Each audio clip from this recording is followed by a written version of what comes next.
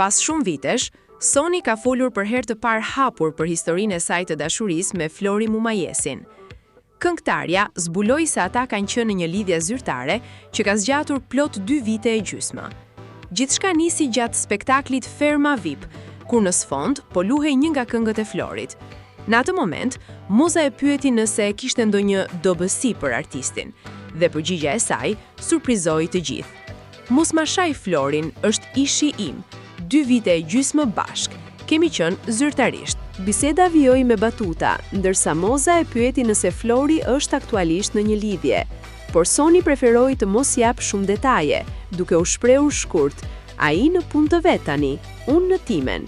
Madje, kur u përmend me shaka mundësia e një rikthimi mes tyre, Soni reagoi menjëherë, jo. Në një tjetër moment, këngëtarja i bëri edhe një thirrje publike Florit nga brenda fermës. Kur po vendosnin gjithë këngët e tij, thash, mos po vjen në fermë.